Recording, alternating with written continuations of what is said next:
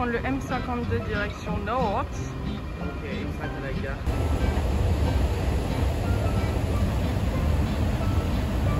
On est donc parti pour Berlin. On a pris le train à Amsterdam à 9 h du matin, il me semble.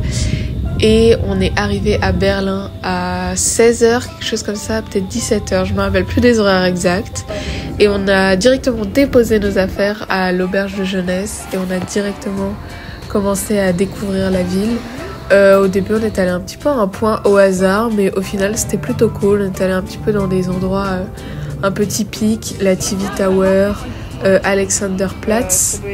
Voilà, j'ai pas tous les noms, désolée, mais ils seront tous écrits à l'écran. Je regarderai sur Maps pour bien tout renseigner. Et après, on est allé dans une petite rue. Elle est très connue sur TikTok, en tout cas, on a beaucoup vu. C'était super sympa. On a bu un verre là-bas et on a papoté avec d'autres Allemands, un petit peu des darons, qui venaient pour un concert à Berlin, qui nous ont recommandé des petits endroits et tout. C'était super cool. Ah, mais il y a Ginger Ale aussi. Ah non.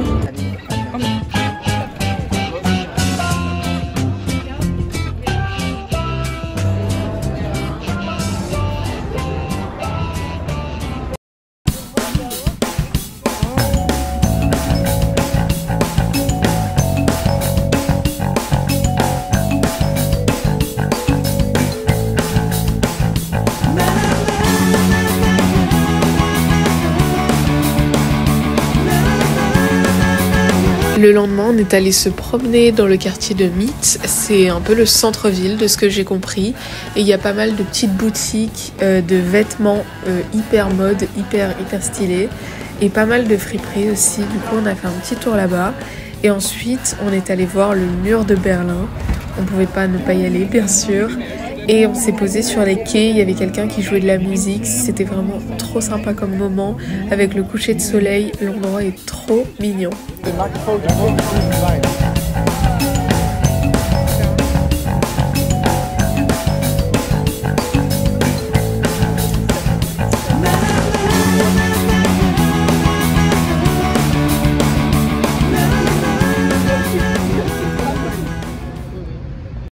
À plusieurs endroits à Berlin, le dimanche matin, il y a des marchés aux puces. Du coup, on est allé à l'un d'eux. C'était franchement super sympa et celui-là, c'était aussi un peu un marché de créateurs. Du coup, il y avait à la fois des trucs vintage et à la fois des petits marchés de créateurs. C'était vraiment super cool. Vraiment, je vous recommande d'aller à celui-là parce que le mélange petit créateur et vintage était parfait. Et l'après-midi, on est allé faire le Futurium. Honnêtement, je vous recommande pas. Nous, on l'a fait à moitié et c'était un peu chiant. Je pense que la cible, c'est plus les enfants. Et après, on s'est posé au Victoria Park, puisqu'on a vu beaucoup de TikTok qui en parlaient. Donc, on s'est dit que c'était un incontournable. Et là, on a mangé les plus grandes pizzas qu'on a jamais vues. Elles étaient délicieuses, par contre.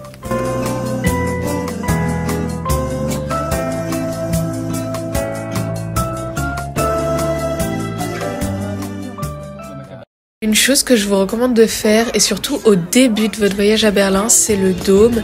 Par contre, c'est gratuit, mais il faut réserver pas mal de temps à l'avance.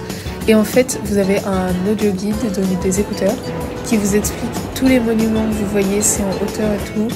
Ça explique tout super bien, c'est super intéressant.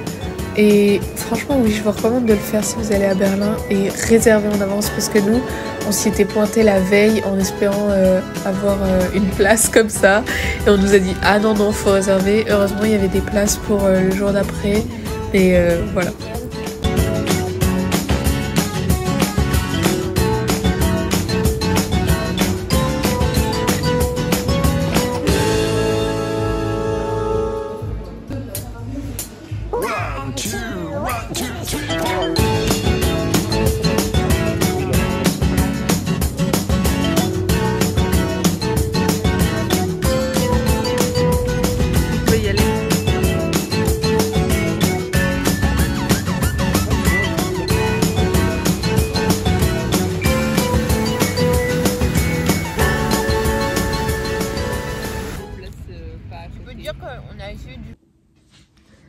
Je viens de finir le montage de notre petite trip à Berlin. J'espère que la vidéo vous a plu. Comme j'ai fait la semaine dernière pour la vidéo de Amsterdam, je voulais faire un petit récap à la fin. C'est vraiment pas une ville qui m'a plu, pourtant c'était celle que je voulais le plus faire du voyage. J'avais vraiment trop hâte parce que j'en avais entendu beaucoup de bien. Mais en fait c'est vraiment pas une ville dans laquelle je me suis sentie en sécurité. Et puis c'est beaucoup une ville où il faut prendre les transports parce que c'est tellement grand que quoi qu'on veut faire il faut prendre les transports. On peut pas faire beaucoup de choses à pied. Du coup ouais, c'est pas vraiment une ville qui m'a plu. Je pense que c'est une ville quand même à faire dans sa vie. Mais là si vous deviez faire une seule ville de tout le trip qu'on a fait, je dirais jamais Berlin. Voilà, après je pense qu'il y a des gens qui vous diront que Berlin c'est la meilleure ville, chacun son petit avis, mais ouais, je préfère les villes un peu plus petites où il y a des beaux monuments, des beaux bâtiments, des belles maisons, ce qui n'est pas vraiment le cas de Berlin, dû à son contexte historique en fait. Mais c'était quand même cool. En plus on avait une auberge vraiment géniale, en fait on aurait dit un hôtel beaucoup plus qu'une auberge. Si vous voyagez, je crois qu'il y en a dans plusieurs pays du nord de l'Europe, les auberges de jeunesse Meininger. Je mettrai comme pour Amsterdam un script de notre auberge. Meininger, c'est vraiment génial, on dirait vraiment des hôtels, c'est des chambres où on n'est pas beaucoup, où c'est vraiment très propre, tout neuf. Et ouais, genre on dirait vraiment des hôtels, il y a une cuisine, super cool cuisine à disposition, très cool. Et pas si cher que ça, et surtout, en tout cas dans celui où on était à Berlin, le personnel était vraiment adorable. Vraiment, on avait fait une petite bêtise, on avait oublié de réserver un jour.